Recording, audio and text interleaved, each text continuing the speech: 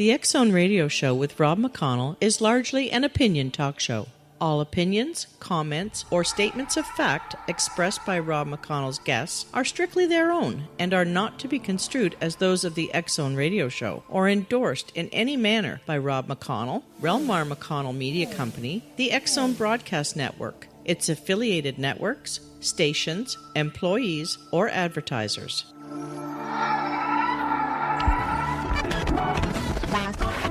All Hit Radio.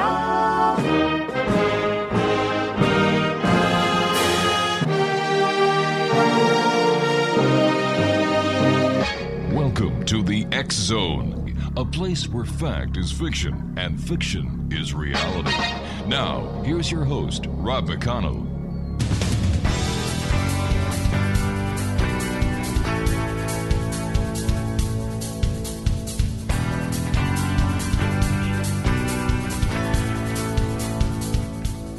Welcome back, everyone. This is the X Zone. I am Rob McConnell, coming to you from our broadcast center in Hamilton, Ontario, Canada, on the X Zone Broadcast Network, Talkstar Radio Network, Mutual Broadcast Network, and iHeartRadio. If you'd like to send me an email, xzone@xzoneradiotv.com, on all social media sites, X Zone Radio TV. And to find out the programming we have available for you 24/7, 365 on the X Zone Broadcast Network, visit www.xzbn.net. We're going to be talking about Luminous Life, how the science of light unlocks the art of living. It's written by our guest this hour, Dr. Jacob Lieberman.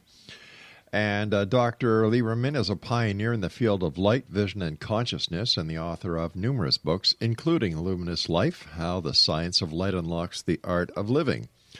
Originally trained as an optometrist and a vision scientist, his life changed in 1976 after the miraculous healing of his eyesight, leading him to a deeper understanding of light and the science of life.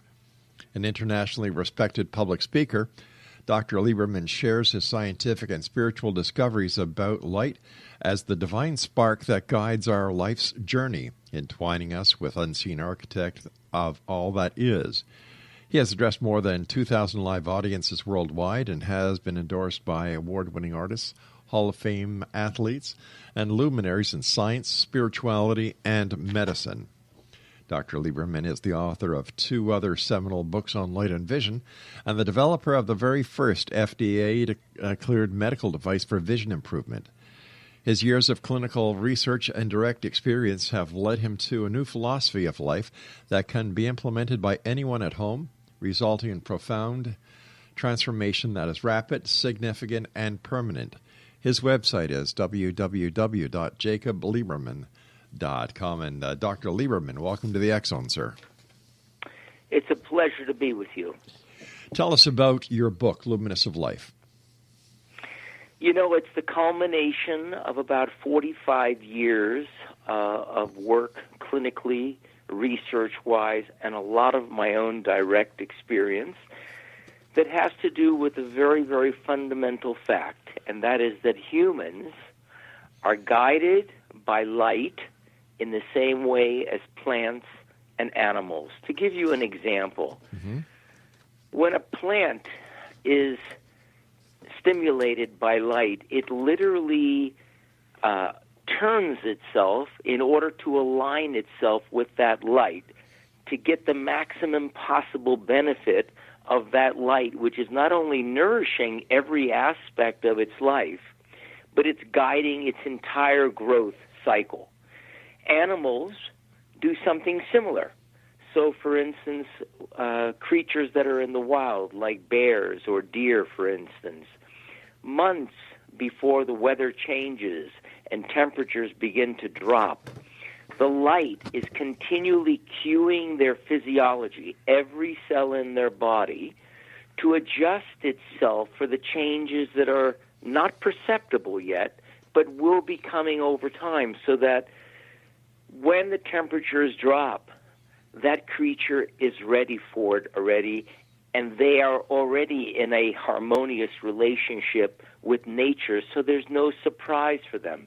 Humans are literally designed the same way. We used to think that light only interacted with the eyes for the purpose of eyesight and vision. But in reality, every cell of the body has eyes, and those eyes are designed to detect and respond to light, the very, very subtle changes in light that are going on throughout the day and also even into the night.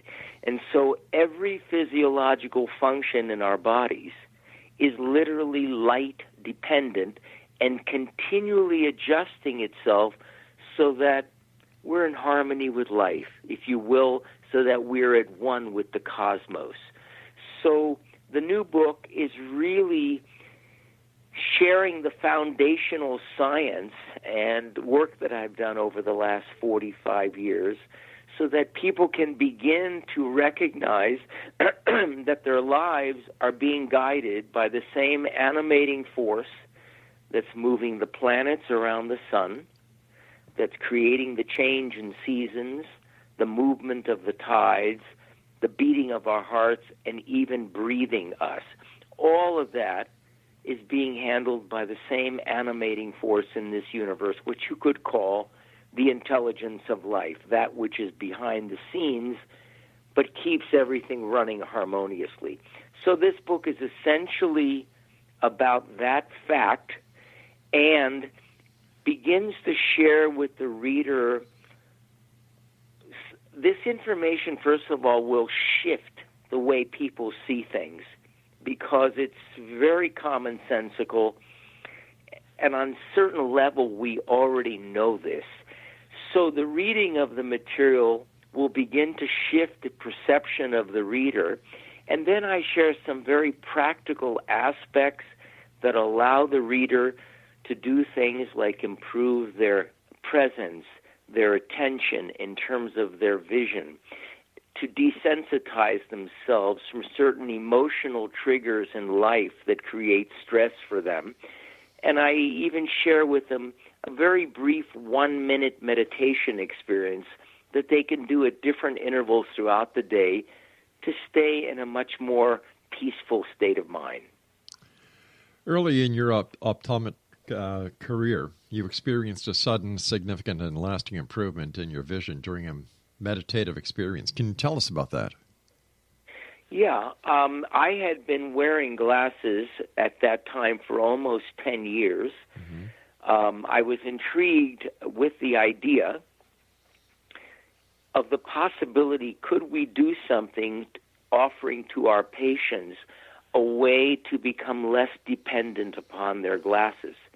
Because I began to realize that very, very few people are born needing glasses. Yet almost everyone starts wearing them sometime in their lifetime. In fact, vision deterioration is the biggest health epidemic in the world. 2/3 of the entire world's population wear glasses but weren't born needing them. And those percentages are going sky high, especially with all the time we spent looking at iPhones, tablets, computers, and so on. So I began to notice this at the beginning of my career in the early 1970s and was trying to find ways that I could help my patients preserve their natural vision, lessen their dependency on glasses, and if possible, reduce their prescription rather than increasing it, and maybe get them out of glasses altogether. I began to experiment with myself. I saw that there were ways of improving my eyesight.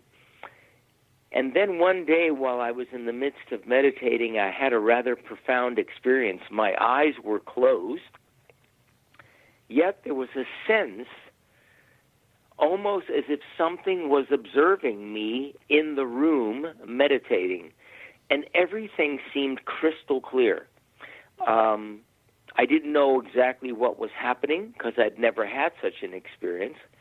But when I opened my eyes about 20 minutes later, my eyesight was really, really clear at a level that I had not remembered in many, many years. It was so astounding for me. It was a Sunday that I got in my car Even though my license said I needed my glasses to drive, I placed the glasses on the seat next to me. I drove to my office. I could see all the license plates, the street signs, the billboards. I got to my office. I was sitting 20 feet away from the eye chart. I kept changing, using different eye charts that I had never seen before, and I was consistently seeing 300% better than I was before this experience. And that was sort of shocking to me because I had no idea how anything like that could occur and was led to believe that that was impossible to begin with. So I then examined myself, as I would with many of my patients, except I couldn't see what the lens powers were in the device. I was just changing it around until I got to the best possible lens power. And when I came out from behind my phoropter, which is the instrument that we use to examine someone, I was thinking it wasn't going to show any prescription because I was seeing so beautifully clear.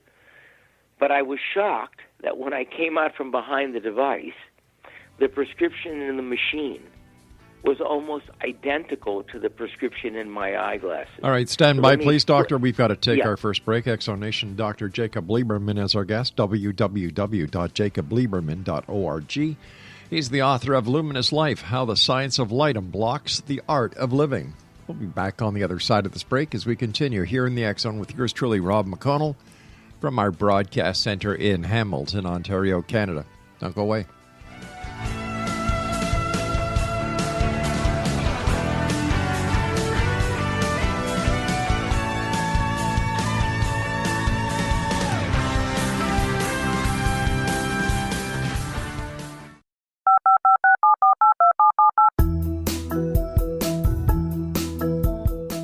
Did you know that when you're on the road with limited data or Wi-Fi, you can still listen to the X-Zone radio show with Rob McConnell, The Science of Magic with Gwilda Wiyaka, X-1, Dimension X, Space Patrol, and every minute of the X-Zone broadcast network by calling 213-401-0080, courtesy of Audio Now. No smartphone, app, or internet needed. It saves your data plan, and it's free if you have unlimited minutes. Call 213-401-0080 to listen on any phone, anytime, anywhere. Remember, 213-401-0080 for the best of the paranormal, parapsychology, and sci-fi radio programming anywhere, 24/7, 365. Gwilda Wiyaka's latest book, The Science of Magic, Book of Mysteries, Volume 1, is the first book in a series based on her writings that open every episode of the Science of Magic radio show. Drawing on the subject matter of each guest, and armed with over 40 years' experience in shamanism, 35 years in alternative health, and degrees in psychology and religious studies, Gwilda introduces relevant and leading-edge information that supports spiritual evolution and personal empowerment. Rich with wisdom and inspirational quotes packaged in digestible segments, this is a book that will pull you from cover to cover. It will also serve as a daily inspirational reading for years to come. The Science of Magic Book of Mysteries, Volume 1 is available at our website, tsompublications.com, amazon.com, and wherever fine books are sold. Back in Victorian England, a famous theologian posed a perplexing riddle. Why are the two top personalities in the Bible tagged with the numbers 7 and 11? Academics agree the answer is found in the stunning discovery of a hitherto secret Bible structure explained in a new book called The Genesis Grid. The discovery is so simple that preschool children could illustrate it. Certain claims are hugely controversial and may offend some, but at the X-Zone, we've studied this awesome new book and agree with one expert, and I quote, "These discoveries appear to be beyond coincidence." So who or what hid this wonderful pattern in the Bible, and what might they do next? Find out more, X-Zone Nation, and read reviews on www.genesisgrid.co.uk. That's www.genesisgrid.co.uk.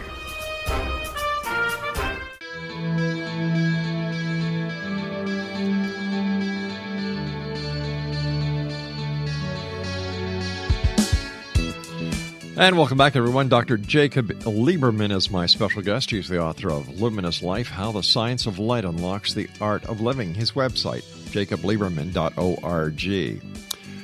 All right, so here you got away from this machine, you checked the prescription, and the prescription on the machine was nearly identical to that of your glasses. Now, what is the significance of this, sir? Well, the significance is that I'd had a 300% improvement in my eyesight with no changes to my eyes. Now, that's rather strange, having been trained as an eye doctor and as well as a vision scientist. I was trained that we see with our eyes.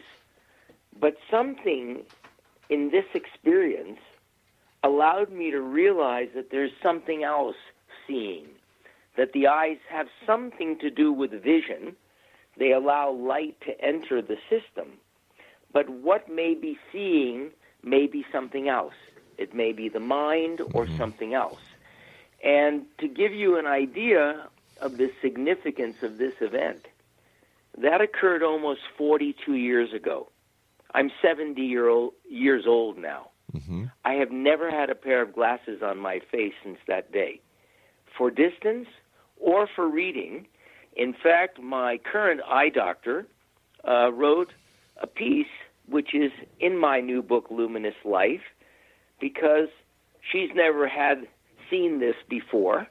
And so I'm sharing this because it allowed me to realize that things may not be what we think they are. All right, let me ask you this, doctor. Other ways. Let me ask you this.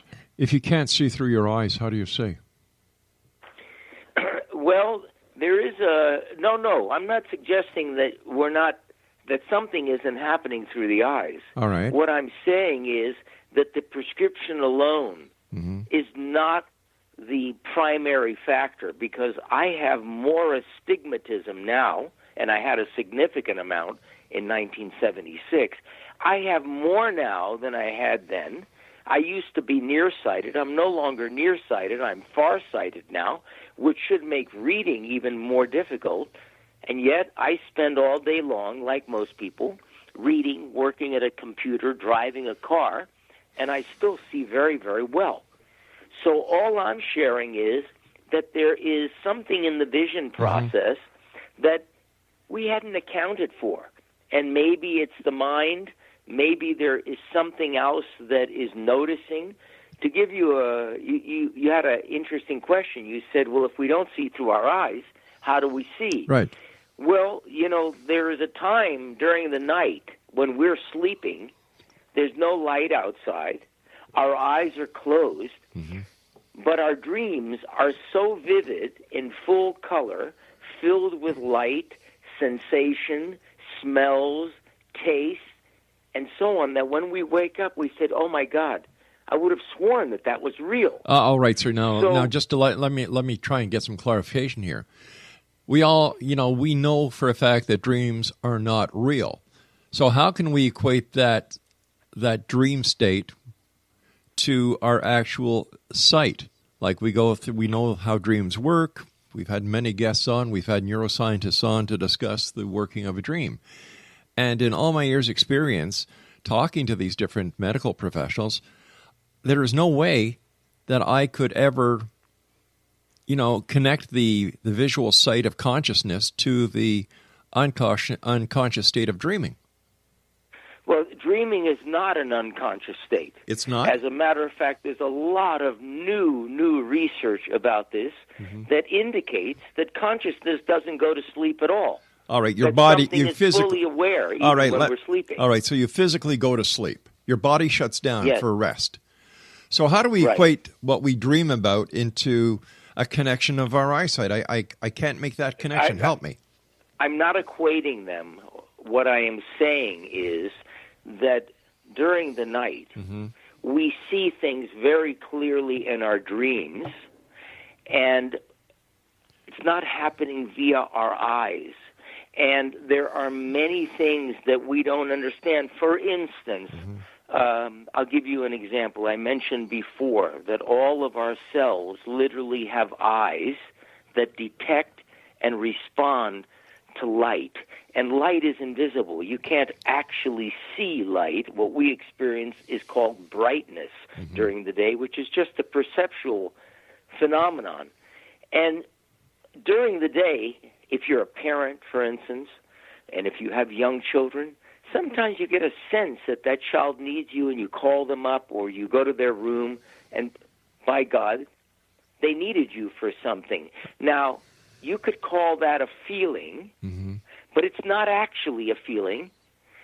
Your body is picking up signals that you're totally not aware of that are cluing you to something that you need to attend to.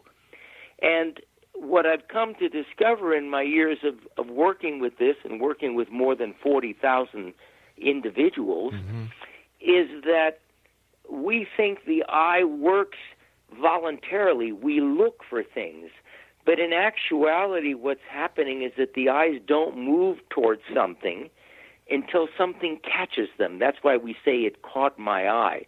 And what is catching them is information that's impregnated in light. So what I'm suggesting is the experience allowed me to realize that there's more to vision than just the eyeball and the optics. Something else is actually going on there, which has allowed me to see clearly, to be able to pass my driver's test, to read books all day, in spite of the fact that I have a very significant amount of astigmatism in my eyes and should not be able to see it. So all I'm saying, even though I may not be able to understand it, is that I've uncovered that there is something there that we need to look at a bit more carefully. Have you proposed your theses or your hypothesis to other members of the medical community? And if so, what have their comments been? Well, it's not a hypothesis. Why not? I actually have had this experience. It's measurable. I've been going to eye doctors. I'm 70 years old. I go every year. I've been examined by people on all coasts. So it's not an idea that I have. It's something that I directly experienced. Whether we understand exactly how it works is a different issue. I was talking about the mechanism behind it, the physiology behind it. I don't think we understand the physiology behind it, because when we're speaking about the mind or when we're speaking about consciousness, the reason they call that the hard problem in neuroscience is because that's a major, major mystery for us right now. We don't know exactly how that works. All I'm attempting to share is that something happened in my life that created something like what you might call a spontaneous remission. There are individuals who are diagnosed with different sorts of diseases, and every so often, one of them has something strange happen that we can't explain. Their disease seems to go into remission or disappear. I had something like that with my vision 40 years ago. I'm not claiming that I know how it occurred. I'm merely sharing that the fact that it did occur, the fact that it has been validated by many vision care people over the years who have examined me, it's just something that we need to consider when we think about vision, how it works, and what's possible in terms of its remediation. I can appreciate that, and I understand that. What I'm trying to get at, sir, is you're a doctor. This happened 40 years ago. What has happened in those 40 years to help you understand what actually happened? What caused the remission, to use the phrase?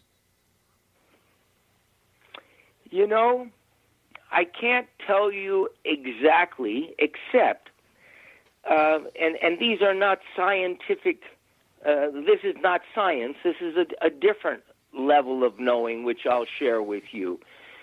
One of the things that we know is that most people, when they look at things in life, they're looking at it through their conscious mind, which essentially means that they're looking through a lens of duality. Things are either right or wrong or good or bad. Right. There is a way of experiencing life which is not through the conscious mind. When that happens, whatever the mechanism is that is seeing does not see things through our beliefs. I'll give you an example. 1475 years ago, a Zen patriarch by the name of Sengsten wrote a very, very profound piece. And the first verse I found very moving. It said, "The great way is not difficult for those who have no preferences." He said, "When love and hate are both absent, the world is clear and undisguised. Make the slightest distinction, however, and heaven and earth are set infinitely apart. If you wish to see the truth, hold no opinions for or against anything."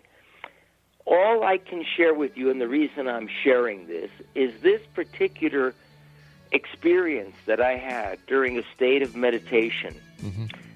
I found brought me to a state, at least in that moment, where it didn't feel like I was seeing things through any particular point of view. Something was seeing without a point of view. I don't know how to describe that state because I don't know anyone that has written about this. All right, we have to take a commercial break. Please stand by. X Zone Nation, I'll be back on the other side of this break with the news as we continue here in the X Zone from our broadcast center in Hamilton, Ontario, Canada. Don't go away.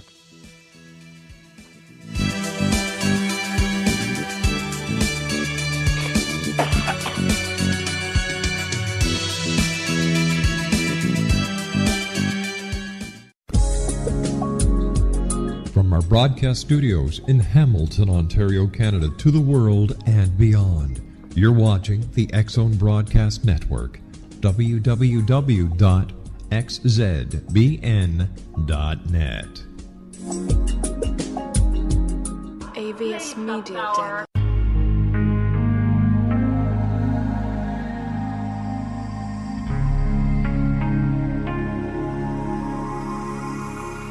The scientist and the mystic have been on an age-old, relentless search with one thing in common. They seek truth. Their paths converge in the 40,000-year-old practice of shamanism, an ancient science delving to the quantum level of life, facilitating healing, manifestation, and evolution. I'm Gwilda Wiyaka, the founder and director of Path Home Shamanic Arts School, a unique Colorado State-certified occupational school, training shamanic practitioners and teachers. We also provide classes for empowering personal lives through shamanism. Our certification classes are in week-long segments enabling international participation, and online classes and long-distance shamanic healing sessions are available. Come discover the science of magic in the limitless world of shamanism. www.findyourpathhome.com.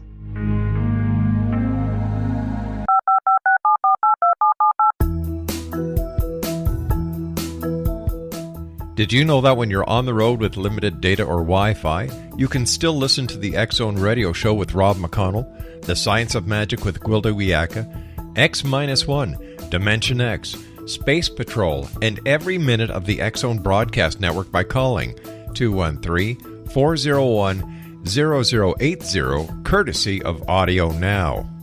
No smartphone, app, or internet needed. It saves your data plan, and it's free if you have unlimited minutes.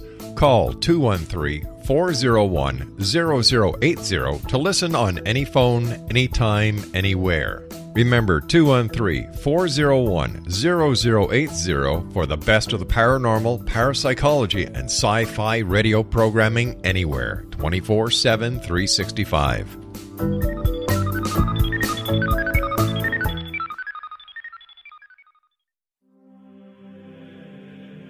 Rob McConnell here, presenting an overview for Nicholas Paul Jennings, author of a fascinating book, Amen.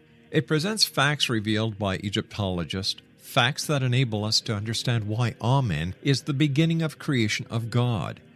It provides recommendations for religious leaders of the major religions to unify their beliefs and teach the Word of God.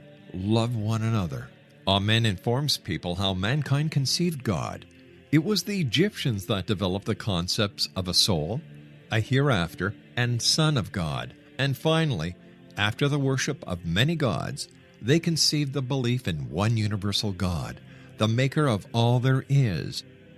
For more information, visit www.futureofgodamen.com. That's www.futureofgodamen.com.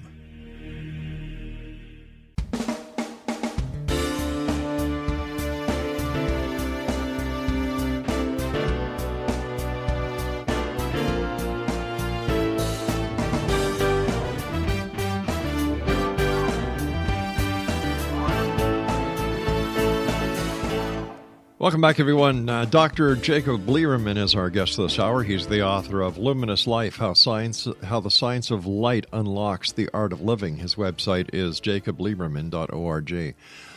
All right, Dr. Lieberman, in your book, do you tell people how they, too, can improve their eyesight, or how they can, using the technique that you found that worked for you and improved your vision 40 years ago, how it can help them? I share one technique in there that allows an individual to actually see where their eyes are looking. Let me explain a little bit. When someone looks at something, they assume that their eyes are looking directly at it because their mind is focused on it. But in 1974, I started researching this. I wanted to see, when someone thinks they're looking at a certain spot, is that where their eyes are looking? And what I discovered was that almost 70% of the subjects in this study, which was published in 1976, almost 70% of them thought they were looking at one spot, but they were actually looking a little closer to themselves or a little further away. And what I found is when there was that lack of congruence between where the mind is focused and where the eyes are focused, it makes it very difficult to attend. It makes it very difficult to experience a high degree of presence. And it makes it very difficult to even have high levels of achievement in schoolwork or in sports.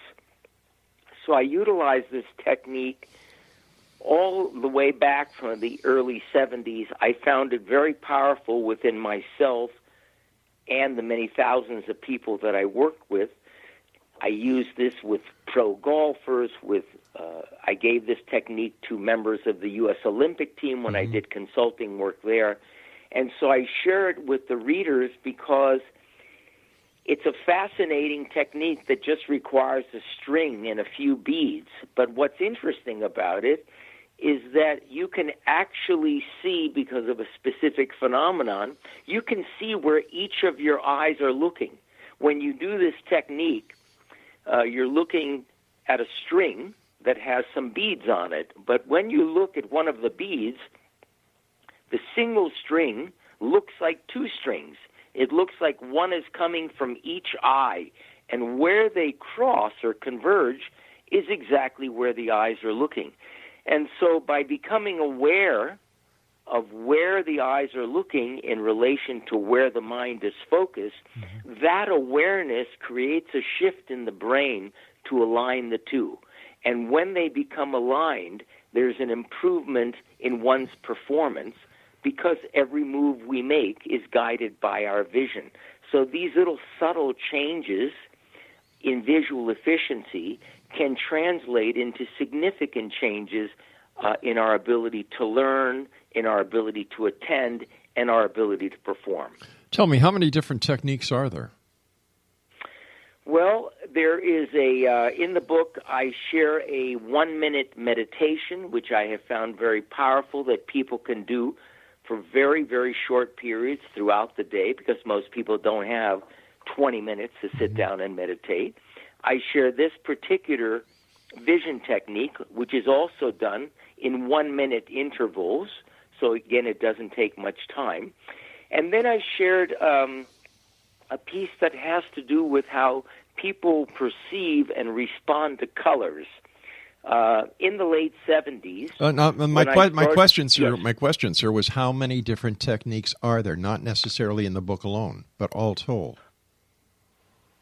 Oh, there are thousands of techniques. I mean, in the in the optometric profession, one of the areas of training is called vision training or vision therapy. But I mean, how many of these techniques are specific to what you do? You know, when you're talking about the techniques that you used in your book, you talked about the mini meditation, the vision technique.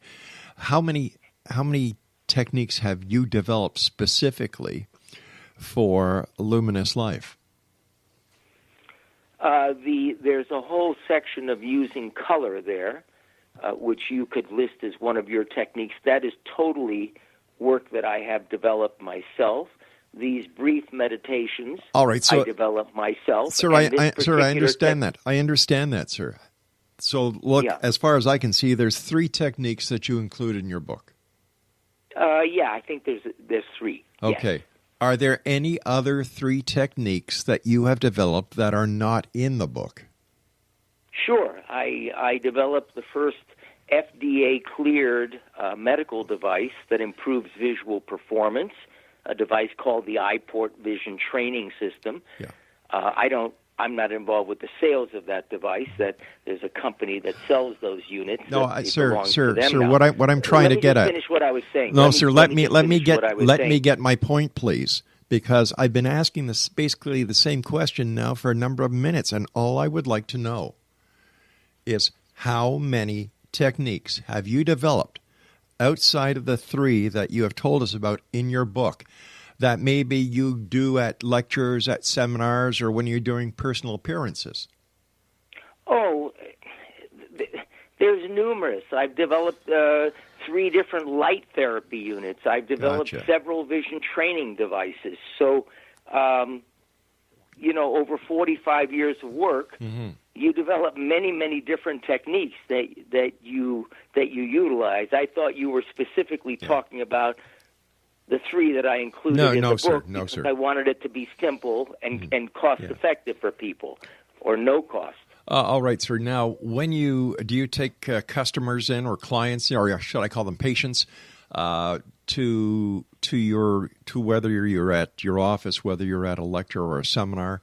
Do you see patients and implement the other methods and the other techniques that you have used, and what results have you seen? I am no longer in general practice. Okay. And I only work with a very small number of clients when I'm able to. Most of the time I'm out on a speaking circuit. And as far as results, in terms of vision, which is what I think you're speaking about, my second book, Take Off Your Glasses and See, one of the things that it shares in there, aside from many different case histories, is an event where I was doing a training for eye doctors in Australia, where merely asking them to remove their glasses, which all of them had been wearing for years, just the removal of the glasses for a couple of hours created a significant improvement in their eyesight. Wow. And when they left them off for 24 hours, the improvement was far more significant. And what I was trying to share with them is that these are very simple things that don't cost anything. Right. But they're not things that we ever share with people because most people are not aware of them. I actually began to work with these things to try to see, are there other things other than what I was trained to do that could be effective? When you go out and do your speaking engagements, your lectures and your seminars, what are some of the questions that you get from the audience? Gosh, people ask me questions about how my vision cleared. People ask me questions about improving their ability to read. Right. Or many people seem to have attentional difficulties these days, or their children have attentional difficulties. So that many times they ask me questions about that, and also questions related to learning, because I worked with a lot of kids that had visually related learning issues and attentional issues when I was in practice, and so that's an area I know a great deal about as well. In your expert opinion, as a doctor, how dangerous are these iPhones, these iPads, and other technological wizardries that people sit in front of for hours and hours and hours? Yeah. We're going to discover that in the near future. One of the things that's happening in terms of your question is that we're seeing that the incidence of nearsightedness is growing exponentially the more time we're spending indoors in front of these very small devices. The other thing is that these devices, they use little blue LEDs, or the LEDs have high degrees of blue light in them. And what they're finding is people use these at night, and it disturbs their sleep habits, it disturbs their physiological functions, because light going through the eyes affects literally everything. So when we look at the impact of technology, we're really beginning to see that while these are magical devices on a certain level, we have to find a way of using them so that we don't become addicted to them, which is what has already occurred, and so that it doesn't ruin our eyes and influence our health in negative ways. All right, Doctor, please stand by. You and I have to take our final break for this hour. X-Zone Nation, our guest this hour is Dr. Jacob Israel Liberman, and he is the author of Luminous Life, How the Science of Light Unlocks the Art of Living. And his website is www.jacoblieberman.com. And I'll be back on the other side of this break as we wrap up this hour here in the X-Zone from our broadcast center in Hamilton, Ontario, Canada. Don't go away.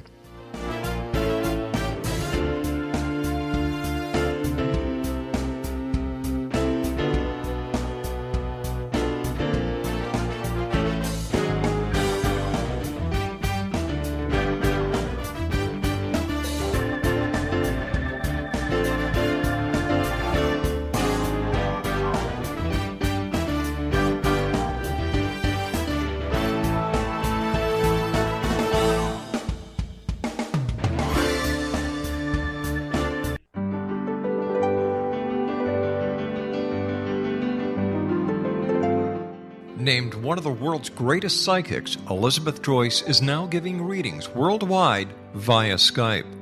Elizabeth Joyce is recognized for her clairvoyant ability to help find missing persons, her analysis of dreams, past life regression work, mediumship, and her accurate predictions.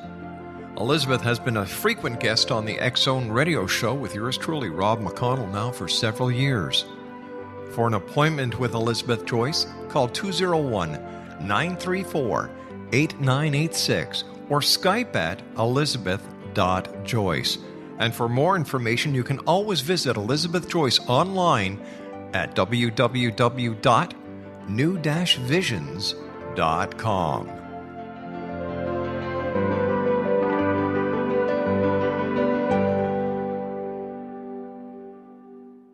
The new nonfiction book, Razor of Madness, is similar to cult movies like Clockwork Orange, Dragon's Tattoo, or The Other Side of Hell. Wayne Morin Jr. and Thomas Lee Howe will expose widespread and systematic deficiencies in this thought-provoking tell-all novel. Mind control rages among scholars in law schools. Human rights are ignored while thought reform and mental manipulation are accepted practices used as behavior modification. Dr. Louis Jolyon West comes to mind.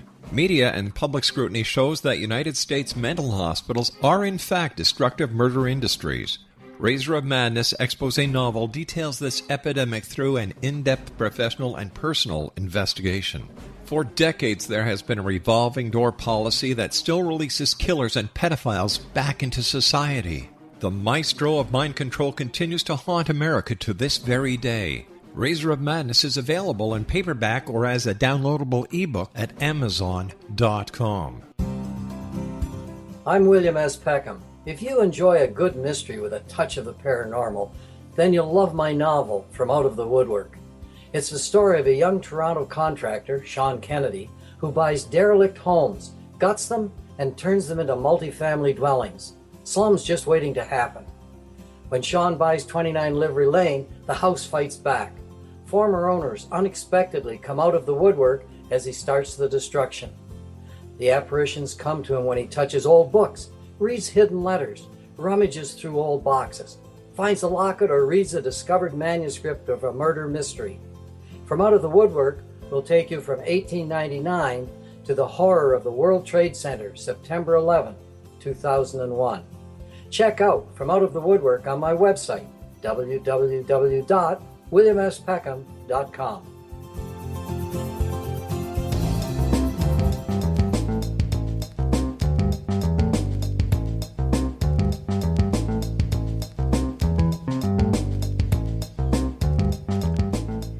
Exonation, Dr. Jacob Lieberman is our guest. He's the author of Luminous Life. And Doctor, I saw something that I'd like to ask you about. What do you mean when you say we can live on light?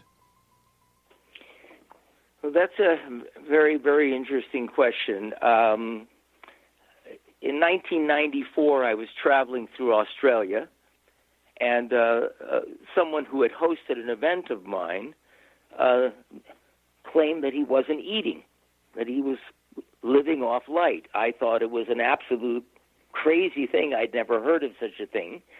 But I asked him exactly what he did and how he did it, and I actually experimented with it for a period of time to see if that was possible.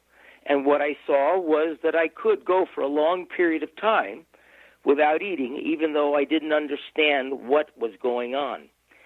Over those years, this has been very intriguing to me, and I found the case history of an Indian yogi who claims he has not eaten in many, many, many years, but this fellow had gone through extensive medical examinations that were set up in such a way where everything that he was doing was being photographed, and I speak about this case history in the book.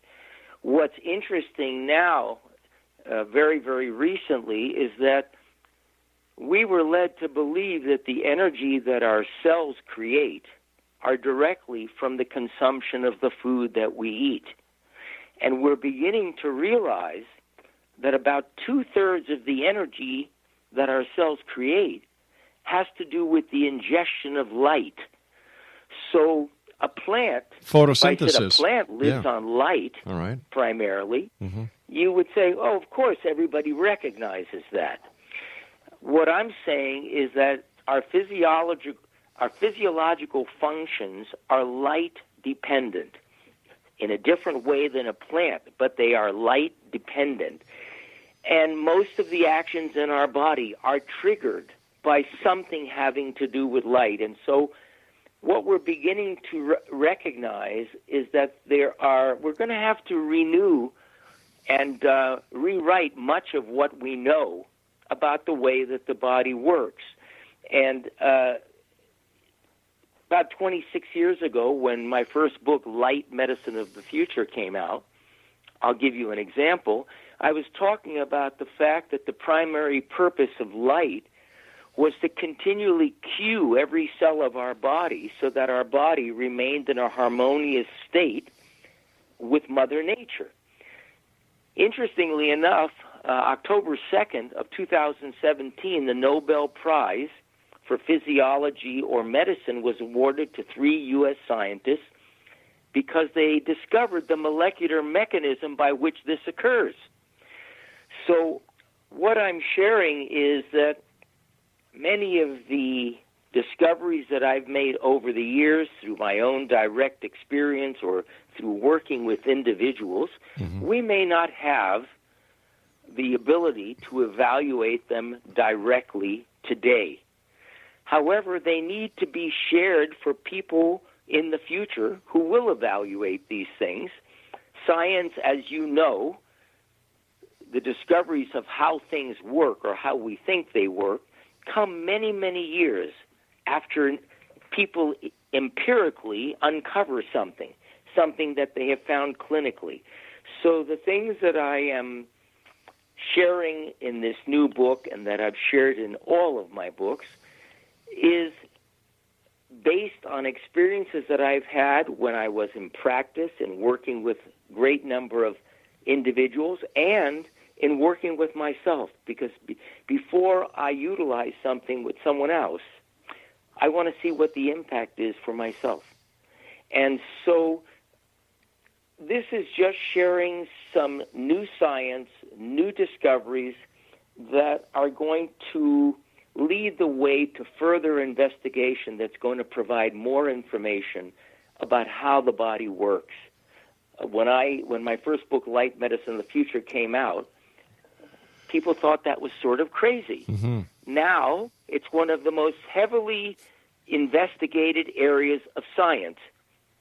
There's almost no area of medicine right now that is not involving looking at light. And it's not just because, it started out with people getting depressed in the wintertime. But now they're using light to treat cancer and learning disabilities and dermatological issues and Alzheimer's and Parkinson's. It's very, very wide what's happening right now, very broad field of investigation. So it's my hope that sharing many of these insights, discoveries that I've had over the years will stimulate people to experiment for themselves, whether they are physicians or whether they are just lay individuals, to uncover that something may be possible that they didn't realize was possible before. Are you part of this ongoing research? I'm no longer in practice, but I am part of groups of individuals. For instance, I'm along with a group of about 100 other scientists and doctors that are involved in trying to create a foundation for a new level of medicine, of integrative medicine that is utilizing techniques and technologies that are less intrusive and more cost-effective. And so I'm just one of many, many people that are looking at these kinds of things in hopes that we can make a contribution for a better tomorrow for all of us. Where is the bulk of this research that you were talking about with other members of the medical community looking at different aspects of light being done? Oh, my God. There is a function that Google has called Google Alerts. And they, if you like, for instance, let's say you're interested in a certain topic like light, Google will email you every single day and give you headlines. I'm well aware of how anything. I'm well aware on how Google works, but I'm asking you. What I'm saying is that this science is going on throughout the world. But as someone who's involved in this research, sir, my question to you is, based on your knowledge and your expertise, where are the main centers of this research being conducted? Stanford, UCLA? It's happening at Stanford. It's happening at NIH. It's happening throughout centers all over the world. Okay. I mean, we're beginning to realize that the cells communicate with each other by sending signals of light. So the research is going on everywhere in the world, but you need to look for it, and it's something that you need to, if you're interested in, you need to spend some time, looking into it. But there is work going on. Most everything that is mentioned in this book and in my other books is all referenced. So everything is in there in terms of where the work is being done and so on. What would you like people to leave with after reading your book? I'd like them just to consider that we know much, much less than we think we do about the way the body works, and that the body is almost like on autopilot every day, and something is moving all these parts. We don't even know how breathing takes place. We think we breathe, but something is actually breathing us, pumping our hearts, and so on. I'm interested in sharing with the public things that I've discovered about life being actually more effortless than we've been all trained to believe. That all the work and all of the time that we spend stressed out in life often obscures the truths that we are looking at. So for me, I'm just trying to share some experiences with individuals, some contemporary science, clinical work that I've done, right, that is exciting, thought-provoking, and can often catalyze some very significant improvements in one's life. In your opinion, sir, who should buy your book? anyone that's interested in new possibilities about health and wellness. So would you say your book is on the fringe of the medical community and the established medical community? I think it expresses revolutionary ideas, and you could call it fringe, but anything, any new discoveries that are going on are always considered fringe until they become the mainstream. My first book was considered fringe. Now almost everything that I mentioned in there is part of the mainstream. All right, Doctor, I want to thank you very much for speaking with us tonight. You've totally bamboozled me. You may be very good when it comes to eyesight, but I think that you should get lessons in hearing and answer the questions that you're asked instead of the answers you want to give. And I don't know how many times you mentioned your book, your first book.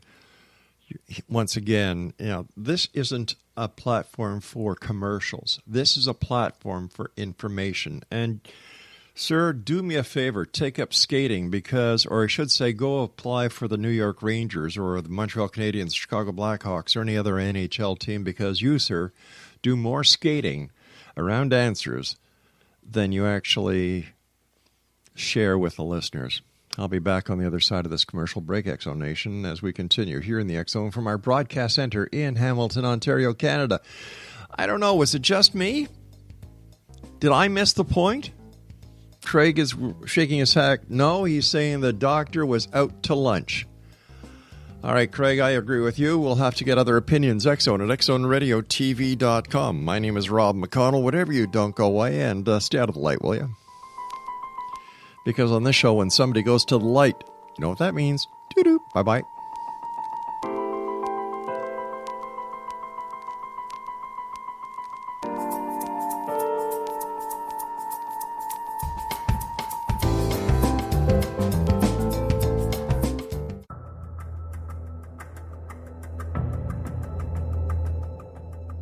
Modern Esoteric, Beyond Our Senses by Brad Olson, consummates the lifeology story about where humanity originates. It is the lost continents, the primitive wisdom, the mythos of creation, and the rethinking of ancient history as we are taught in academia. There is much more to the story than what we have been told. As this is the first book in the Esoteric series, Modern Esoteric starts at the beginning of time and accelerates up to this modern age. Future Esoteric is book 2 in the series and takes a forward-looking position ahead of today with an open and honest examination of the ET issue and various unexplained phenomena. To discover the writings of author Brad Olson, visit www.bradolson.com. That's www.bradolson.com.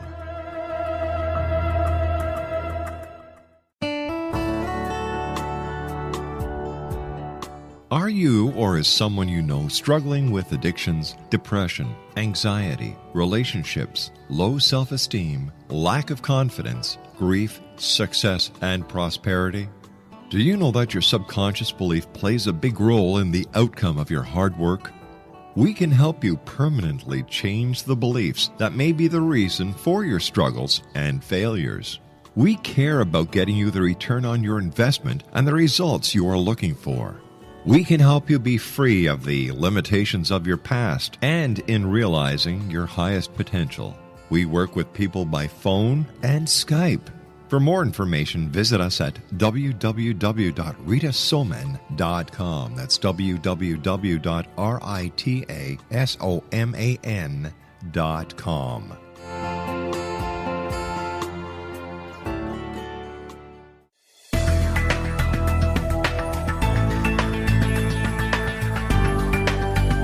Do you think you have energy problems in your home?